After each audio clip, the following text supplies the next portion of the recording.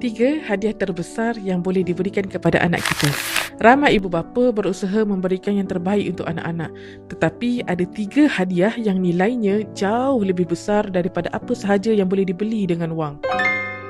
Yang pertama, ilmu yang membimbing hidupnya. Harta boleh habis, wang boleh hilang, tetapi ilmu yang bermanfaat akan menjadi panduan kepada anak dalam membuat keputusan, memilih jalan hidup dan menghadapi cabaran apabila mereka dewasa nanti. Yang kedua, akhlak yang mulia. Akhlak yang baik akan membuatkan seseorang dihormati walaupun di mana mereka berada. Anak yang beradab, menghormati ibu bapa dan menjaga pergaulan akan membawa kebaikan bukan sahaja kepada dirinya tetapi juga kepada keluarganya. Yang ketiga, hubungan yang dekat dengan Al-Quran. Al-Quran bukan sekadar untuk dibaca ketika kecil tetapi menjadi teman sepanjang kehidupan, penenang ketika susah dan petunjuk ketika berada dalam kekeliruan. Anak yang dekat dengan Al-Quran memiliki bekalan yang sangat berharga untuk masa depannya. Sebab itu, pendidikan